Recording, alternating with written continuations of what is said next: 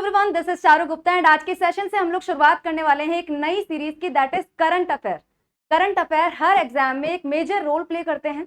यदि आप one day exams की बात कर लो, पीसीएस की बात कर लो, यूपीएससी की बात कर लो, हर एग्जाम में आपको करंट अफेयर का मेजर पोर्शन देखने को मिलेगा। ठीक है, तो आज की सीरीज से हम लोग शुरुआत करने वाले हैं करंट अफेयर, जो कि आपके हर कॉम्पिटिटिव एग्जाम के लिए इंपॉर्टेंट रहने वाले हैं। मेजरली यदि बात करें तो वनडे एग्जाम्स हैं, उनके लिए सीरीज इंपॉर्टेंट होने वाली है। यदि हम बात करें फॉर्मेट की कि फॉर्मेट किस तरीके से रहने वाला है, तो आपको कुछ करंट अफेयर्स बताए जाएंगे, डिटेल हम लोग डिस्कस करेंगे और क्लास की एंड में आपको जो आज हमने करंट अफेयर पढ़ा है उससे रिलेटेड क्वेश्चंस मिलेंगे। यदि आपने सेशन को अच्छे से देखा है तो आप उन क्वेश्चंस को आसानी से सॉल्व कर सकते हैं। नेक्स्ट डे हम लोग पिछले क्वेश्चंस को रिवाइज करेंगे और फिर आगे की क्लास को कंटिन्यू करेंगे।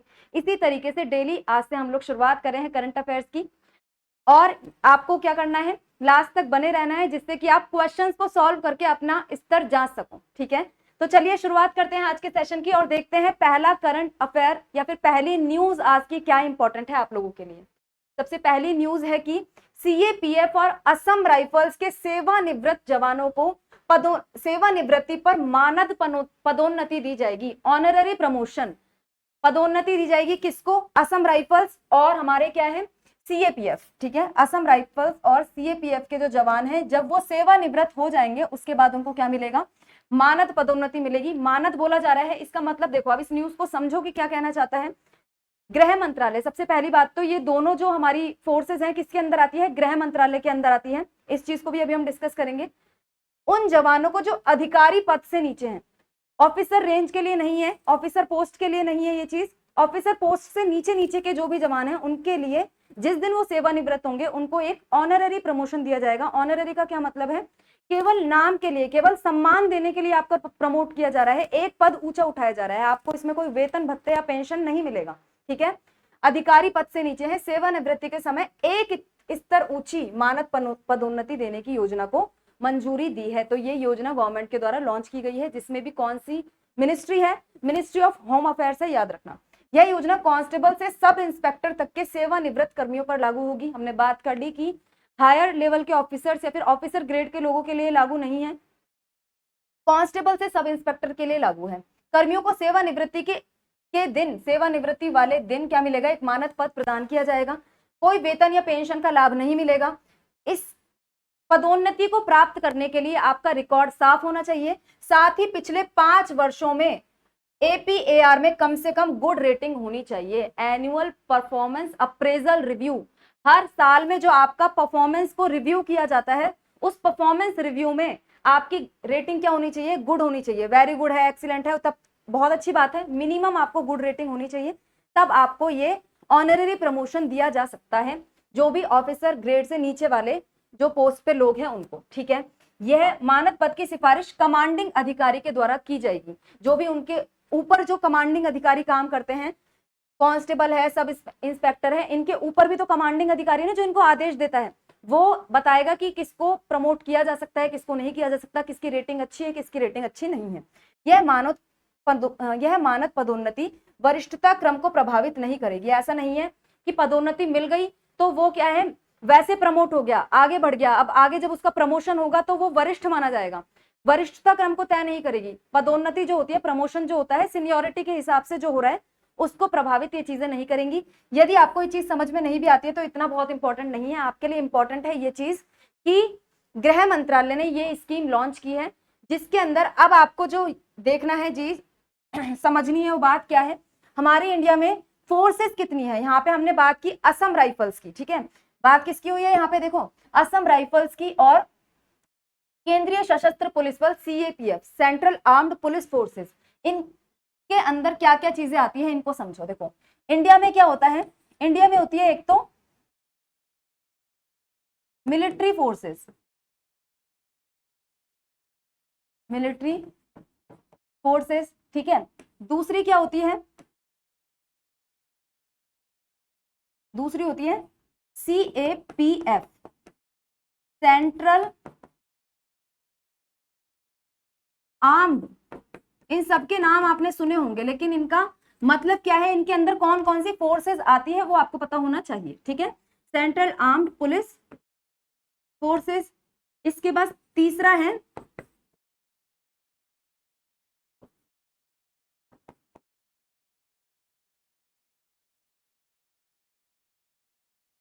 ठीक है।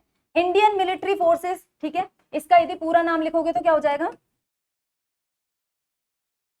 Indian military forces, central armed police forces, और लास्ट है paramilitary forces. Indian military forces और पैरामिलिट्री फोर्सेस में क्या डिफरेंस है, कोई बता सकता है, बताओ क्या डिफरेंस है इनके अंदर। देखो इंडियन मिलिट्री फोर्स में कौन कौन सी फोर्सेस आती है, हमारी 3 फोर्सेस आती है, इंडियन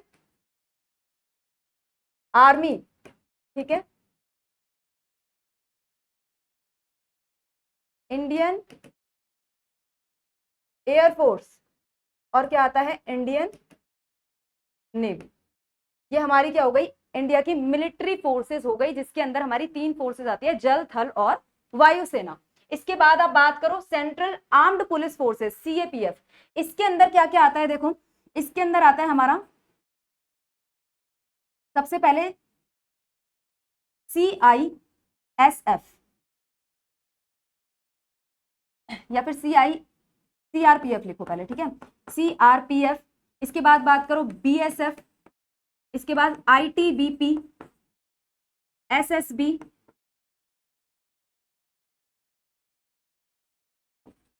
सीआईएसएफ, ठीक है, और एक असम राइफल्स को भी इसके अंदर लिया जा सकता है, डुअल कंट्रोल है असम राइफल्स पे।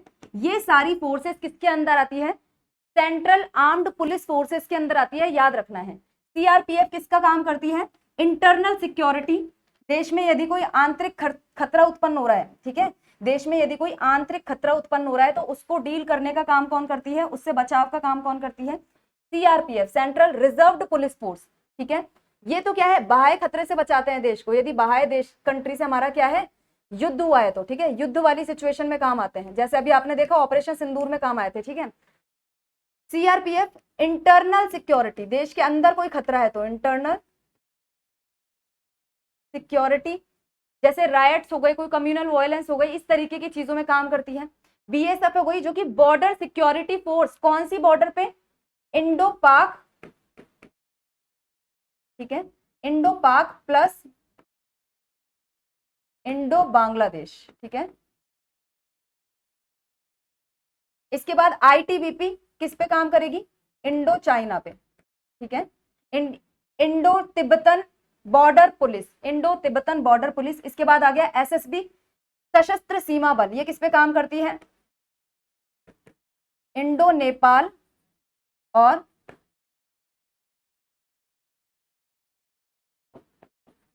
इंडिया और भूटान, ठीक है, इंडिया नेपाल और इंडिया भूटान बॉर्डर पे काम करती है।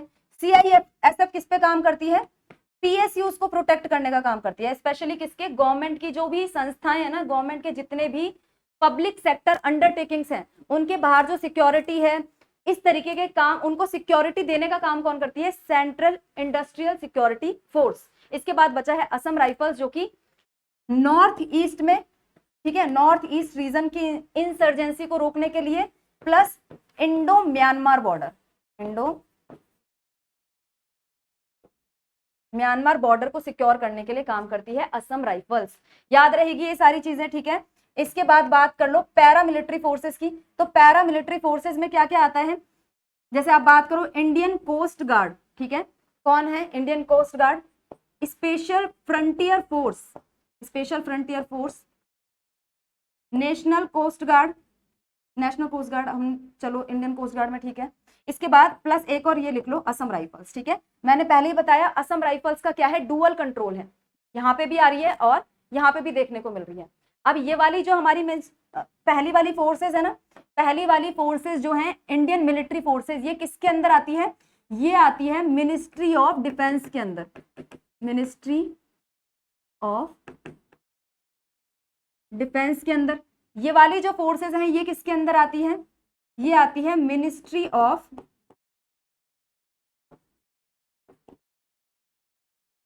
होम अफेयर्स के कंट्रोल में आती है, ठीक है, ministry of home affairs.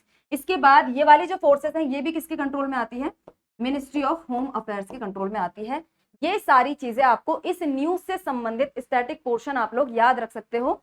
Indian military forces, central armed police forces जिसके अंदर ये सारी चीजें आपको देखने को मिल जाएगी, और पैरा मिलिट्री फोर्सेस जिसके अंदर इंडियन कोस्ट गार्ड है, स्पेशल फ्रंटियर फोर्स है, असम राइफल्स है, ये सब चीजें आपको देखने को मिल जाएगी। इनके बारे में इतना डिटेल में याद रखने की जरूरत नहीं है। कोस्ट गार्ड नाम से पता चल रहा है कि कोस्ट को सिक्योर करने के काम आती है। इंडिया की बहुत बड़ी कोस्ट लाइन भी है, जैसे लैंड बॉर्डर है वैसे हमारी कोस्टल बॉर्डर है, तो उसको सिक्योर करने का काम इंडियन कोस्ट गार्ड करता है। ठीक है, तो ये सारी चीजें हमने देख ली। आई होप आपको ये न्यूज समझ में आ गई होगी। आगे बढ़ते हैं, नेक्स्ट देखो, 3 रक्षा सार्वजनिक उपक्रमों डीपीएसयू को मिला मिनी रत्न श्रेणी का दर्जा। 3 रक्षा सार्वजनिक उपक्रम डीपीएसयूज। पीएसयूज क्या होते हैं? गवर्नमेंट द्वारा कंट्रोल की जाने वाली कंपनी होती है, पब्लिक सेक्टर अंडरटेकिंग। गवर्नमेंट के अंडर जो कंपनीज हैं उनको क्या बोलते हैं? पीएसयूज। और डीपीएसयूज मतलब डिफेंस रिलेटेड जो गवर्नमेंट कंपनीज हैं उनको क्या बोलते हैं? डीपीएसयूज। तो 3 डीपीएसयूज को अभी क्या दिया है? मिनी रत्न श्रेणी का दर्जा मिला है। मिनी रत्न में भी कौन सी कैटेगरी? कैटेगरी 1। ठीक है, तो अब इनके नाम एक बार देख लेते हैं कि कौन सी कंपनीज है जिनको मिनी रत्न का दर्जा मिला है। बाकी इस न्यूज से हमारे लिए क्या चीज इंपॉर्टेंट है कि मिनी रत्न, नवरत्न और महारत्न, इन तीनों में क्या डिफरेंस है। ठीक है, इसमें भी स्पेशली जो सबसे इंपॉर्टेंट है वो है महारत्न। गवर्नमेंट क्या करती है? अपनी जो कंपनीज होती है ना, कंपनीज को कैटेगराइज करती है। ठीक है, कैटेगराइज कैसे? महारत्न में, नवरत्न में और मिनी रत्न में। महारत्न कंपनी बहुत इंपॉर्टेंट होती है। ठीक है, जो जिनका साइज बड़ा है, जिनका प्रॉफिट ज्यादा है, जिनका टर्नओवर ज्यादा है, उनको महारत्न दिया जाता है। जिनकी प्रेजेंस या फिर जिनका महत्व, जिनका इंपॉर्टेंस उनसे थोड़ा सा कम है, उनको नवरत्न, और जिनका साइज और इंपॉर्टेंस और थोड़ा सा कम है उनको मिनी रत्न। ठीक है, तो 3 डीपीएसयूज को क्या दिया गया है? मिनी रत्न श्रेणी का दर्जा दिया गया है। कौन से वो डीपीएसयूज है? देखो, एक तो munitions India limited, armed vehicles Nigam limited और इंडियन ऑप्टेल लिमिटेड। ये तीनों कंपनी है जिनको मिनी रत्न कैटेगरी का दर्जा दिया है रक्षा मंत्री राजनाथ सिंह ने। अब रक्षा मंत्री ने क्यों दर्जा दिया है? क्योंकि ये डिफेंस मिनिस्ट्री के अंदर आती है, क्योंकि ये डिफेंस पीएसयूज है, डिफेंस सेक्टर की कंपनीज है। तो कौन देखेगा इनको? हर उसके ऊपर क्या होती है? एक मिनिस्ट्री होती है। तो इनको कौन सी मिनिस्ट्री डील करेगी? Defence ministry. और डिफेंस मिनिस्टर कौन है? राजनाथ सिंह। ठीक है, तो ये कंपनीज पहले ऑर्डिनेंस फैक्ट्री बोर्ड के अंदर आती थी, जिन्हें 7 सार्वजनिक उपक्रमों के अंदर बदला गया। पहले ऑर्डिनेंस फैक्ट्री बोर्ड के अंदर काम किया करती थी, लेकिन अब इनको क्या बना दिया गया है? डीपीएसयूज बना दिया गया है। गवर्नमेंट के अंडर आने वाली अंडरटेकिंग्स बना दिया गया है। ठीक है, अब यहां से इस न्यूज से हमें क्या देखना है कि महारत्न, नवरत्न, मिनी रत्न क्या होता है। मिनी रत्न में 2 कैटेगरीज है हमारे पास, मिनी रत्न 1 और मिनी रत्न 2। अब यदि बात करो महारत्न की, ठीक है, यहां पे आप इधर देखो। ठीक है, सबसे पहले हमारे पास महारत्न, और याद भी आपको केवल एक तरीके से यही वाला करना है। ठीक है, महारत्न कंपनीज कौन सी होती हैं इसके बारे में देख लो। सबसे पहला क्या होना चाहिए?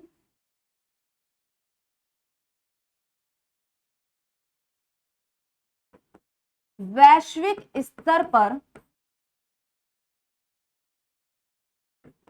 पहचान होनी चाहिए। ठीक है, मतलब क्या होना चाहिए? Global presence. ठीक है, ग्लोबल प्रेजेंस होनी चाहिए। क्या होना चाहिए? ग्लोबल प्रेजेंस होनी चाहिए। ठीक है, कंपनी क्या होनी चाहिए? नवरत्न होनी चाहिए, नवरत्न होनी चाहिए। ठीक है, यदि महारत्न बनना है तो पहले आप मिनी रत्न बनोगे, फिर नवरत्न बनोगे। जो कंपनी नवरत्न का स्टेटस हासिल कर चुकी है उसी को ही महारत्न बनाया जाएगा। ठीक है, इसके बाद वैश्विक स्तर पर पहचान होनी चाहिए, नवरत्न होनी चाहिए। इसके अलावा स्टॉक एक्सचेंज,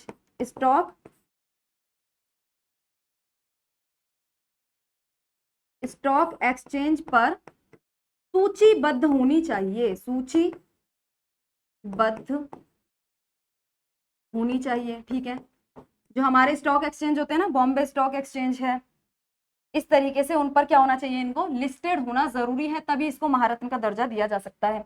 फिर इसके बाद जो मोस्ट इंपॉर्टेंट है, जिससे स्पेशली क्वेश्चन पूछा जाता है, वो चीज क्या है कि यदि किसी कंपनी को महारत्न का दर्जा देना है तो पास्ट 3 ईयर्स के अंदर, पिछले 3 सालों में क्या होना चाहिए उसके पास? पिछले 3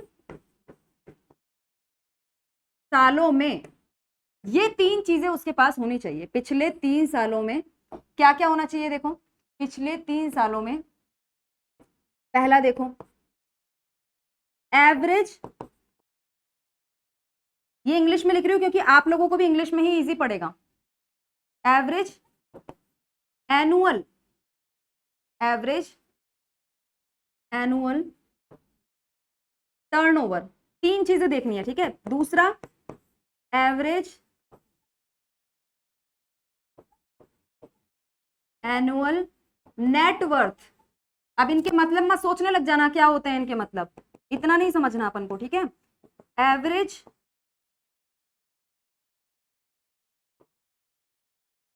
एनुअल प्रॉफिट, ठीक है। पिछले 3 सालों के अंदर हर साल उसका एनुअल, वार्षिक रूप से टर्नओवर कितना रहा हो, 25,000 करोड़ का, ठीक है। एवरेज एनुअल नेटवर्थ कितनी रही हो, 15,000 करोड़ की। और एवरेज एनुअल प्रॉफिट कितना रहा हो, वार्षिक लाभ कितना रहा हो, 5,000 crore.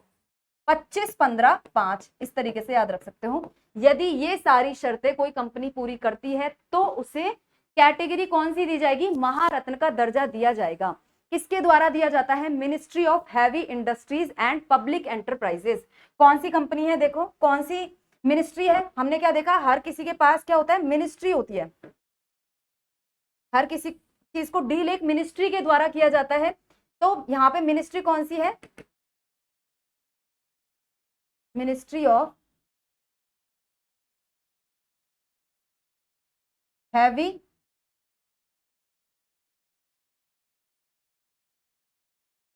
Industries and public enterprises. इसके अंदर भी, हर मिनिस्ट्री के अंदर क्या होते हैं, डिपार्टमेंट्स होते हैं जो अलग अलग काम को संभालते हैं। तो इसके अंदर भी डिपार्टमेंट ऑफ पब्लिक एंटरप्राइजेस, जो डिपार्टमेंट ऑफ पब्लिक एंटरप्राइजेस है, पब्लिक एंटरप्राइजेस मतलब गवर्नमेंट कंपनीज को डील करने के लिए जो डिपार्टमेंट बनाया गया है, वो महारत्न, मिनी रत्न या नवरत्न कैटेगरी का दर्जा देता है। अब यहाँ पे हमने क्या किया है, 3 कंपनीज को मिनी रत्न बनाया है। अब यहाँ पे महारत्न का आप लोगों ने समझ लिया क्या होता है, ठीक है। मिनी रत्न और नवरत्न का शॉर्ट में देख लो। नवरत्न किसको बोलेंगे, पहली बात तो वो मिनी रत्न होनी चाहिए, अपने से छोटा स्टेटस तो हासिल करो पहले, ठीक है। अच्छा प्रदर्शन करे, पिछले सालों में अच्छा प्रदर्शन किया हो, चुने गए 6 मानदंडों में उच्च स्कोर होना चाहिए। जितने भी 6 मानदंड चुने गए हैं, अब वो 6 मानदंड कौन से हैं आपको पता करने की जरूरत नहीं है। उन 6 मानदंडों के अंदर 6 पैरामीटर्स पर यदि वो कंपनी खरी उतरती है तो क्या किया जा सकता है, उसको नवरत्न का दर्जा दिया जा सकता है, ठीक है। मिनी रत्न हो और 6 मानदंडों पर खरी उतरे। इसके बाद मिनी रत्न 1 और मिनी रत्न 2 3 वर्षों से लाभ के अंदर चल रही हो, कम से कम 1 वर्ष में 30 करोड़ से ज्यादा का लाभ हुआ हो। और मिनी रत्न सेकंड कैटेगरी का दर्जा किसको मिलेगा, 3 वर्षों से लाभ में चल रही हो, सकारात्मक निवल परिसंपत्ति, मतलब सकारात्मक क्या होनी चाहिए, नेटवर्थ होनी चाहिए। क्या होनी चाहिए, सकारात्मक नेटवर्थ होनी चाहिए। निवल संपत्ति मतलब नेटवर्थ। इसलिए मैं आपको हिंदी का वर्ड नहीं बता रही थी, हिंदी के वर्ड कभी कभी क्या हो जाते हैं, थोड़े टफ पड़ जाते हैं, ठीक है। 3 वर्षों से लाभ, 3 वर्षों से लाभ दोनों में है। मिनी रत्न कैटेगरी 1 में कम से कम 1 वर्ष में 30 करोड़ का लाभ होना चाहिए। और इसमें क्या होना चाहिए, सकारात्मक नेटवर्थ उसकी क्या होनी चाहिए, पॉजिटिव होनी चाहिए। सकारात्मक नेटवर्थ यदि है तो उसको मिनी रत्न कैटेगरी 2 का स्टेटस मिल जाएगा। इतना इंपॉर्टेंट मैं फिर कह रही हूँ ये नहीं है, महारत्न वाला ज्यादा इंपॉर्टेंट था जो कि हमने देख लिया, ठीक है। जो कंपनीज हैं महारत्न वो देख सकते हो, भेल हो गई, बीपीसीएल हो गई, सीआईएल हो गई, गेल हो गई, ठीक है, कोल इंडिया लिमिटेड हो गई, ऐसे बहुत सारी कंपनीज है जिनको महारत्न का दर्जा मिला हुआ है। अब आप लोगों के लिए होमवर्क क्या है, यहाँ पर आप लोगों को क्या होमवर्क करके लाना है, देखो कमेंट बॉक्स में जरूर बताना है इसका आंसर। नहीं पता है तो देखकर बताना, पता है तो जरूर कमेंट बॉक्स में लिखकर जाना। महारत्न कंपनीज की नंबर कितना है, कितनी है, नवरत्न कंपनीज इस वक्त कितनी है, और मिनी रत्न कंपनीज इस वक्त कितनी है, और मिनी रत्न में भी कैटेगरी 1 में कितनी है और कैटेगरी 2 में कितनी है। ये आप लोगों के लिए होमवर्क है। इसका आंसर मैं आप लोगों को कल बताऊंगी, लेकिन जिस भी स्टूडेंट को पता है, देख रहा है, कमेंट बॉक्स में जरूर से लिखकर जाना है, ठीक है। आगे बढ़ते हैं अपनी नेक्स्ट न्यूज पर। नेक्स्ट देखो, विकसित कृषि संकल्प अभियान, इजी पीजी न्यूज है एकदम, इसमें ज्यादा कुछ दिमाग लगाने की जरूरत नहीं है। योजना नहीं है, अभियान है। योजना होती है जो लॉन्ग रन के लिए चलाई जाती है, अभियान होता है कुछ समय के लिए चलाया जाता है। यहाँ पे क्या है, विकसित कृषि संकल्प अभियान, नाम से पता चल रहा है कृषि को क्या करना है, विकसित करना है, आगे बढ़ाना है, आधुनिक बनाना है। तो इसका शुभारंभ किया गया है। देखो, एक राष्ट्रव्यापी कृषि अभियान है जो कि 29 मई से 12 जून तक क्या करेगा, 29 मई से लेकर 12 जून तक चलाया जाएगा। इसका उद्देश्य किसानों को आधुनिक कृषि तकनीकों और सरकारी योजनाओं के बारे में जागरूक करना है। किसान पुराने तरीके से खेती ना करें, आजकल आधुनिक तरीके से बहुत अच्छी अच्छी चीजें आ गई हैं जिससे किसान अपनी पैदावार बढ़ा सकता है, अपनी मेहनत को कम कर सकते हैं। ठीक है, तो ये चीज है आधुनिक कृषि के तरीकों के बारे में बताना, प्लस उनको सरकारी योजनाएं जो उनके लाभ के लिए ऑलरेडी चलाई जा चुकी है, लेकिन कई किसान इतने वल्नरेबल होते हैं, उन्हें पता ही नहीं होता कि हमारे लाभ के लिए क्या क्या चल रहा है, तो उनको ध्यान नहीं होता, तो उनको इस चीज के बारे में जागरूक करना कि देखो आपके फायदे के लिए चीज गवर्नमेंट के द्वारा चलाई जा रही है। यह अभियान 1.5 करोड़ किसानों को जोड़ने के योजना पर आधारित है। तब इस अभियान की अवधि क्या होगी, 15 दिन का होगा। हमने देख लिया 29 मई से लेकर 12 जून का होगा। उद्देश्य क्या है, किसानों को आधुनिक तकनीकों और सरकारी योजनाओं से अवगत कराना है, जिसमें स्पेशली मृदा स्वास्थ्य कार्ड, संतुलित उर्वरक उपयोग और फसल चयन के लिए मार्गदर्शन देना। आपकी जमीन पर किस तरीके की फसल काम आएगी, किस तरीके की फसल उगाई जानी चाहिए, आपको कितना पेस्टिसाइड यूज करना है, कितने उर्वरक फर्टिलाइजर्स कितने डालने हैं जिससे आपकी भूमि खराब ना हो जाए कहीं। ठीक है, इसके बाद मृदा स्वास्थ्य कार्ड, आपकी जो सॉइल है उसको हेल्थ को जांचने के लिए कार्ड लॉन्च किया जाता है गवर्नमेंट के द्वारा। तो गवर्नमेंट के द्वारा ये योजना चलाई जा रही है सॉइल हेल्थ कार्ड वाली, तो इसके बारे में फार्मर्स को अवगत कराया जाएगा। साथ ही सरकारी योजनाओं की जानकारी दी जाएगी। लक्ष्य क्षेत्र व लोक अभियान 20 राज्यों और 700 से अधिक जिलों में चलेगा। ठीक है, 20 से अधिक राज्यों में चल रहा है, 700 से अधिक जिलों को कवर कर रहे हैं। इसमें 731 कृषि विज्ञान केंद्र और 113 ICAR संस्थाओं के वैज्ञानिक भी शामिल होंगे। ठीक है, इसमें जो इंपॉर्टेंट चीज आपको याद रखनी है, विकसित कृषि संकल्प अभियान, इसका उद्देश्य क्या है, मेजरली आपको ये याद रखना है। ठीक है, इसके बाद आगे बढ़ते हैं। कितने दिन का अभियान है, 15 दिन का, ये भी याद रख सकते हो। ठीक है, इसके बाद नेक्स्ट न्यूज है आपके पास, विश्वनाथ कार्तिकेय 7 चोटियों पर विजय पाने वाले सबसे कम उम्र के भारतीय बन चुके हैं। 7 चोटियां मतलब 7 समिट्स। 7 समिट्स कौन सी हैं, जो 7 महाद्वीपों के अंदर सबसे ऊंची वाली चोटियां हैं, उनको फतह करने वाले, उन पर विजय प्राप्त करने वाले, उन पर अपना झंडा लहराने वाले कौन बन गए हैं, विश्वनाथ कार्तिकेय, सबसे कम उम्र के। इससे पहले रिकॉर्ड किसके पास था, 7 समिट चैलेंज क्या है, ये सारी चीजें देखते हैं। चलो, विश्वनाथ कार्तिकेय, देखो विश्वनाथ कार्तिकेय पदकांति ने 7 समिट्स चैलेंज को पूरा कर सबसे कम उम्र के भारतीय और विश्व में दूसरे सबसे युवा, विश्व में 2nd नंबर पे आए हैं, भारत में 1st नंबर पे आए हैं। भारत में क्या है, इनकी एज कितनी है, इनकी एज कितनी है, 16 साल की उम्र में, 16 साल की उम्र में इन्होंने 7 समिट्स चैलेंज को पूरा किया है। और वर्ल्ड के कौन से हैं, दूसरे नंबर के हैं। वर्ल्ड में जो 1st नंबर पे आता है कौन है, जॉर्डन रोमेरो, जो कि कहाँ के हैं, USA के हैं, जिन्होंने 15 साल की उम्र में क्या किया था, 7 समिट्स चैलेंज को पूरा किया था। भारत के कौन से हैं, अब 16 साल की उम्र में पूरे करने वाले विश्वनाथ कार्तिकेय बन गए हैं। यह विश्व के 7 महाद्वीपों, ये क्या है, 7 समिट्स चैलेंज क्या है, विश्व के 7 प्रमुख महाद्वीपों में, विश्व के जो 7 महाद्वीप है उनकी सबसे ऊंची प्रमुख चोटियों पर क्या करना है, आपको चढ़ के अपनी फतह करनी है। तो आप ये 7 समिट्स चैलेंज पूरा किए हुए माने जाओगे। इसे पर्वतारोहण की सबसे प्रतिष्ठित उपलब्धियों में से एक माना जाता है। शुरुआत इसकी हुई थी 1985 में, किसके द्वारा की गई थी, रिचर्ड बेस के द्वारा, अमेरिकन पर्वतारोही थे रिचर्ड बेस, उनके द्वारा इसकी शुरुआत की गई थी। अब इस आधार पर 7 समिट कौन सी है ना, 7 समिट्स में हमने क्या देखा, कॉन्टिनेंट्स की 7 कॉन्टिनेंट की 7 समिट इसमें ली गई है जो सबसे ऊंची है। तो इसमें जो हमारी ऑस्ट्रेलिया वाला कॉन्टिनेंट है ना, ऑस्ट्रेलिया जिसको ओशेनिया भी बोला जाता है, ओशेनिया से जो सबसे ऊंची चोटी है उस पर विवाद है कि कौन सी वाली सबसे ऊंची चोटी ऑस्ट्रेलिया की मानी जाए। तो इसके हिसाब से 2 सूची बनाई गई है, एक तो बास लिस्ट है, एक मैसनर्स लिस्ट है। जो बास है ना, रिचर्ड बेस या फिर बास जो भी बोल सकते हो, रिचर्ड बेस है, वो ऑस्ट्रेलिया की सबसे ऊंची चोटी माउंट कोसियस्को को मानते हैं। और मैसनर सूची जिसके अकॉर्डिंग पुण्यक जया या फिर कास्टेंस पिरामिड, इसको ऑस्ट्रेलिया की सबसे ऊंची चोटी माना जाता है। तो ये 2 प्रकार की लिस्ट है, इतना इंपॉर्टेंट नहीं है, लेकिन फिर भी आपको अपने दिमाग में चीजें बनाए रखनी है। ठीक है, इसके बाद देखो यहाँ पे आपको 7 पर्वत महाद्वीपों की सबसे ऊंची चोटियां मिल जाएंगी। दक्षिणी अमेरिका की, साउथ अमेरिकन कॉन्टिनेंट की बात करें तो एकांकागुआ, जिसकी हाइट है, सबसे पहले एशिया की माउंट एवरेस्ट, ठीक है, सबसे ऊंची एशिया की माउंट एवरेस्ट 8,848.86 मीटर इसकी हाइट है, ठीक है। इसके बाद दक्षिण अमेरिका में बात की तो एकांकागुआ 6,961 मीटर इसकी हाइट है। उत्तरी अमेरिका में डेनाली, जिसकी हाइट है 6,190 मीटर।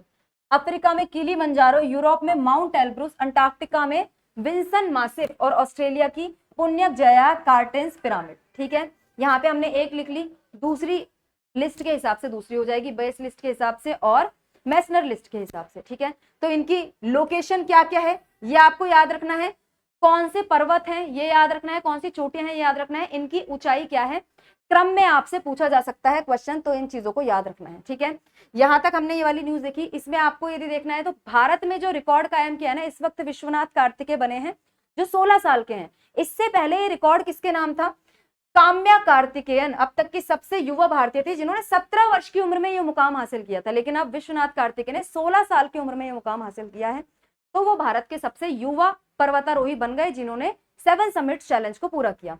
अब विश्वनाथ कार्तिकेय ने उपलब्धि हासिल कर ली है, ठीक है। आगे बढ़ते हैं, नेक्स्ट देखो, ओडिशा सरकार ने अंकुर स्कीम को लॉन्च किया है। अंकुर स्कीम क्या है, ये पहली बात तो इसकी फुल फॉर्म पता होनी चाहिए, फिर इसके बाद कौन सी गवर्नमेंट ने लॉन्च किया है और इसका उद्देश्य क्या है, 3 चीजें आपको इसके बारे में पता होनी चाहिए। सबसे पहली चीज पता चल गई, स्कीम का नाम क्या है, अंकुर, जिसका नाम है Atal network for knowledge urbanisation and reform. Atal network for knowledge urbanisation और रिफॉर्म, ये इसकी फुल फॉर्म है। फुल फॉर्म से ही आपको पता चल जाएगा इसका ऑब्जेक्टिव क्या है, अर्बनाइजेशन से संबंधित है, शहरी विकास से संबंधित है, शहरीकरण को अच्छी तरीके से सतत विकास की तरफ आगे ले जाने से संबंधित है। ओडिशा में अभी अर्बन पॉपुलेशन धीरे धीरे इंक्रीज कर रही है, इसलिए अर्बन पॉपुलेशन को डेवलप अच्छी तरीके से किया जा सके उसके लिए अंकुर स्कीम लॉन्च की गई है ओडिशा की गवर्नमेंट के द्वारा, ठीक है। पता चल गया अंकुर स्कीम का नाम पता चल गया, दूसरा पता चल गया ओडिशा की गवर्नमेंट ने लॉन्च की है, तीसरा पता चल गया इसका उद्देश्य अर्बन विकास के लिए या फिर शहरी विकास के लिए लॉन्च की गई है। इतना याद रखना है इस स्कीम में, और ज्यादा चीजें याद रखने की जरूरत नहीं है, ठीक है। आइजोल राष्ट्रीय रेलवे नेटवर्क से जुड़ने वाली चौथी पूर्वोत्तर राजधानी बनी।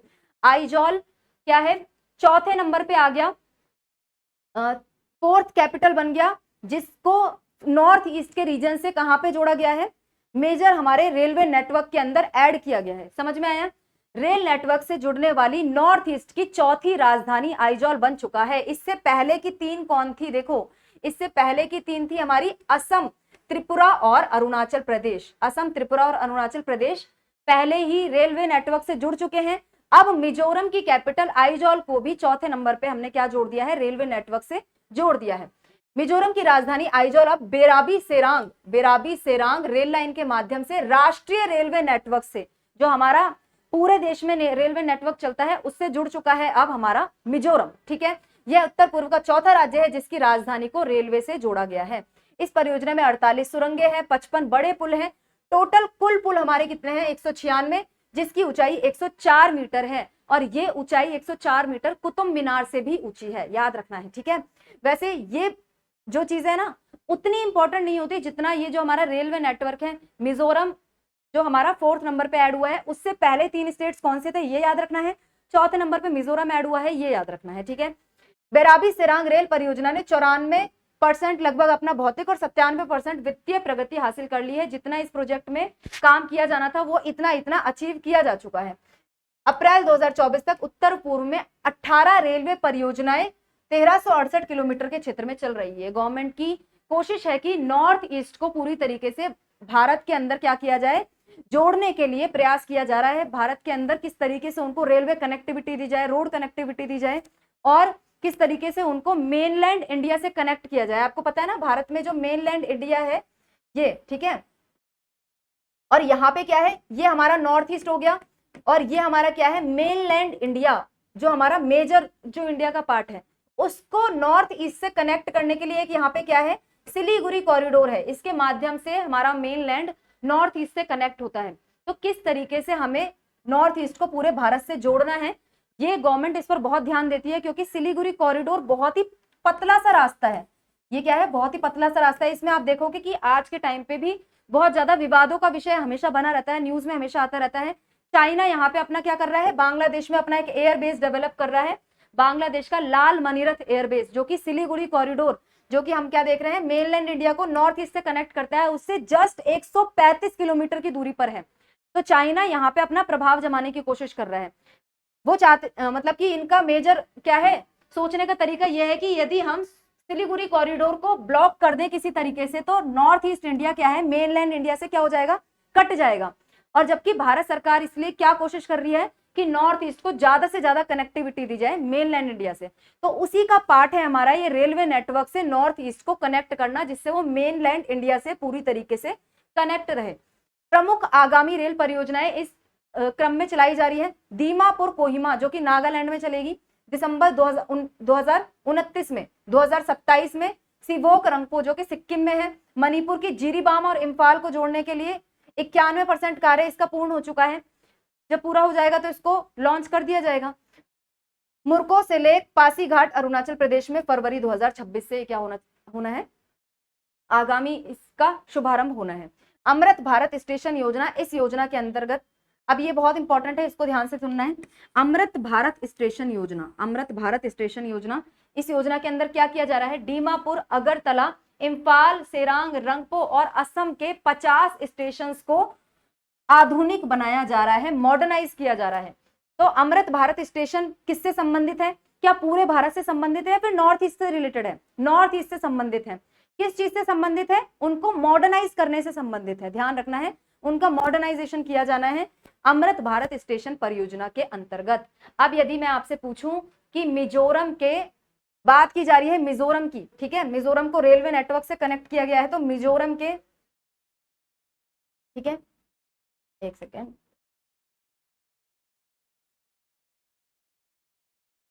मिजोरम के सीएम और मिजोरम के गवर्नर, ये दो चीजें आप मुझे बता दो, बताओ। चलो, मिजोरम के मुख्यमंत्री कौन है, बताओ। जिसको भी पता है कमेंट बॉक्स में जरूर लिखेगा।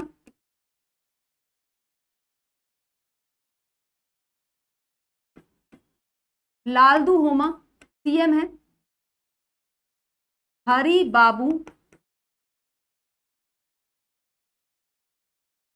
कंभमपति, हरि बाबू कंभमपति, ये क्या है, यहाँ के गवर्नर हैं।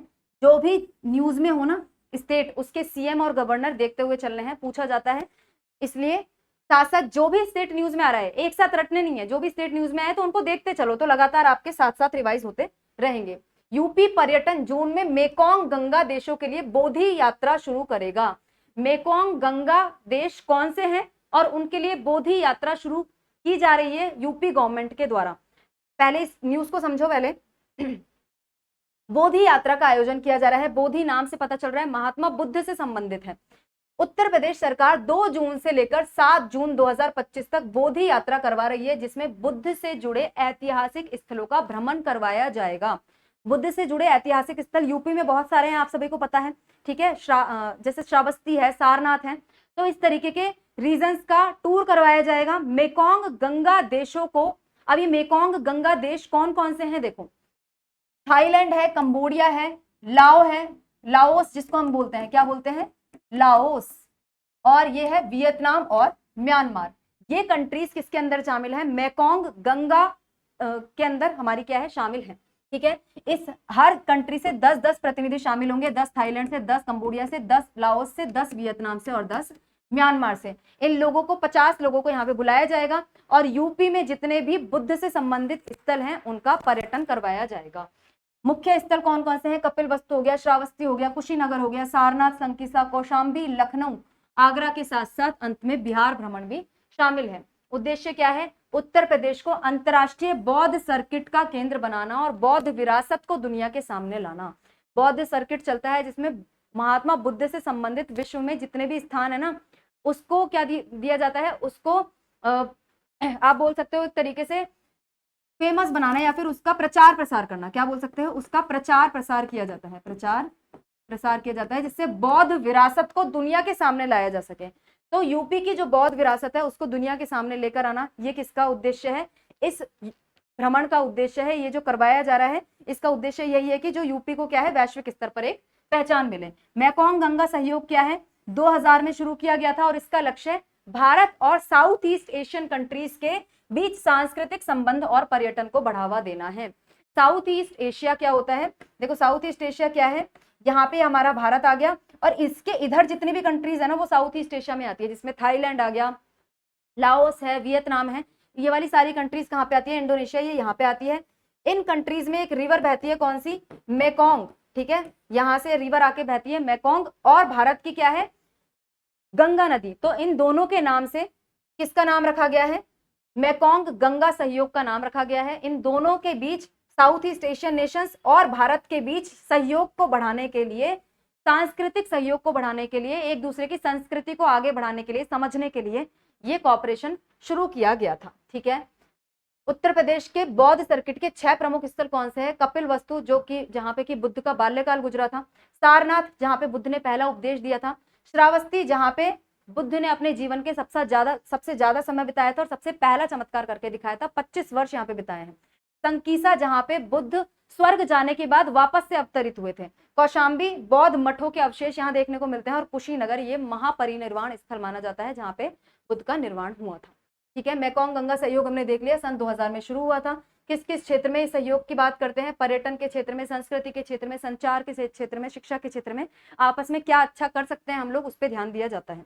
ठीक है, सदस्य देश हैं Bharat, Thailand, Cambodia, Laos, Vietnam और म्यांमार। भारत हमारा हो गया, बाकी की जो 5 कंट्रीज है आप लोग देख सकते हो। ठीक है, यहां तक हमने क्या किया, एक लास्ट हमारी आज की न्यूज बची है, सरकार ने बैटरी शिखर सम्मेलन 2025 में बैटरी आधार परियोजना शुरू की। बैटरी आधार परियोजना, देखो ये क्या है, ये परियोजना शुरू की गई है, कहां पे शुरू की गई है, बैटरी शिखर सम्मेलन 2025 के अंदर। बैटरी शिखर सम्मेलन 2025। अब ये बैटरी किससे रिलेटेड है, आजकल इलेक्ट्रॉनिक व्हीकल्स चल रहे हैं ना, गवर्नमेंट किसको प्रमोट कर रही है, पेट्रोल डीजल के स्थान पर ईवीज को प्रमोट कर रही है, इलेक्ट्रॉनिक व्हीकल्स को प्रमोट कर रही है। तो इलेक्ट्रॉनिक व्हीकल्स के अंदर जो बैटरी लगती है ना, उससे संबंधित ये शिखर सम्मेलन आयोजित किया गया था और उसके अंदर बैटरी आधार परियोजना लॉन्च की गई है। इस परियोजना का उद्देश्य क्या है, बैटरीज को एक डिजिटल पहचान देना। जैसे किसी भी व्हीकल के अंदर यदि कोई बैटरी लगाई जाती है तो उसका एक अपना खुद का नंबर हो, जैसे हमारा आधार कार्ड होता है ना, हमारा एक, हर व्यक्ति का एक आधार कार्ड होता है और उस पे डिफरेंट नंबर होता है, किन्हीं 2 व्यक्तियों का आधार कार्ड एक जैसा नहीं हो सकता। इसी तरीके से 2 बैटरीज का जो है, व्हीकल्स में बैटरीज लगाई जाएंगी, उनको डिफरेंट डिजिटल आईडी प्रदान की जाएंगी। ठीक है, ये क्या है हमारा, इस योजना का क्या है, उद्देश्य है एक तरीके से। परियोजना 28 मई 2025 को लॉन्च की गई, नई दिल्ली में हुए। अब ये शिखर सम्मेलन कहाँ हुआ है, नई दिल्ली में हुआ है, याद रखना है, बैटरी शिखर सम्मेलन 2025। परियोजना का उद्देश्य क्या है, बैटरीज को एक डिजिटल पहचान देना ताकि पारदर्शिता, सुरक्षा और निगरानी सुनिश्चित हो सके, विशेष रूप से इलेक्ट्रॉनिक व्हीकल्स के लिए, स्पेशली इलेक्ट्रॉनिक व्हीकल्स और बाकी और भी जगह जहां पे बैटरीज का इस्तेमाल होता है उसके लिए। ठीक है, बैटरी की पहचान, अब डिजिटल पहचान दे रहे हैं तो उस पहचान में क्या क्या शामिल होगा, जैसे आधार कार्ड पे उस व्यक्ति के पिता का नाम, उसका क्या है एड्रेस लिखा होता है, ये सारी चीजें लिखी होती है। इस तरीके से बैटरी पे भी लिखा रहेगा, बैटरी को निर्माण किसने किया है, उसके उपयोग का इतिहास क्या क्या है, कहाँ कहाँ पे यूज की गई है पहले, सामग्री उसके अंदर क्या क्या इस्तेमाल की गई है, इत्यादि चीजें इसके अंदर शामिल की जाएंगी और जिससे क्या होगा, नकली बैटरियों की पहचान की जाना संभव हो सकेगा। हम देखते हैं ना, कई इलेक्ट्रॉनिक व्हीकल्स फटने की खबरें हमें देखने को मिलती है क्योंकि उनकी बैटरी अच्छे स्तर की नहीं होती, बैटरी उनकी खराब होती है। तो ऐसी स्थितियों से भी बचा जा सकता है इस योजना को यदि लागू किया जाता है तो। कार्यान्वयन एजेंसी कौन है, विज्ञान और प्रौद्योगिकी विभाग, मतलब मिनिस्ट्री ऑफ साइंस है, जिसमें department of science and technology है, वो इसको लागू करने वाला विभाग है। इसको साथ दिया जा रहा है किसके द्वारा, नीति आयोग के द्वारा, यूनेप के द्वारा और global economic facility, GEF, global economic facility, जो कि ग्लोबल लेवल पर क्या करता है, इकोनॉमी क्या प्रदान करता है, फंड प्रदान करता है, जो कि एनवायरमेंट फ्रेंडली चीजें होती है ना, उनको क्या प्रदान करता है, फंड दिया जाता है, ग्लोबल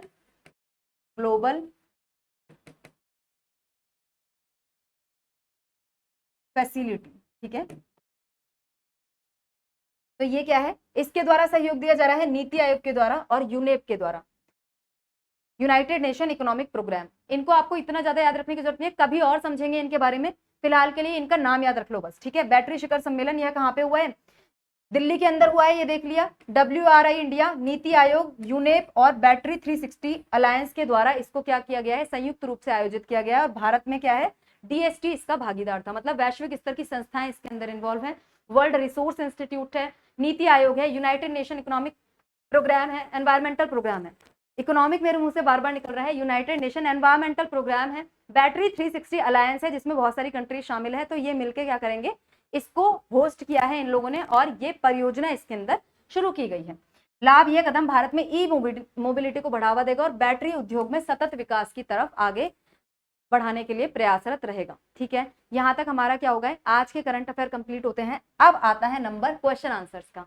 आप लोगों को आंसर करने हैं क्वेश्चंस। 5 से 10 मिनट में हम लोग क्या करेंगे, इस क्लास को खत्म करेंगे। जल्दी से जल्दी मैं आपको दिखाती जा रही हूँ और आप देखते जाओ और सोचते जाओ। तुरंत पॉज करना है और सोचना है। अभी पढ़ा है तो अभी का अभी आपको याद होना चाहिए। ठीक है, क्लास अच्छे से देखिए तो याद होगा। CAPF और असम राइफल्स के सेवानिवृत्त जवानों को मानद पदोन्नति कब दी जाएगी?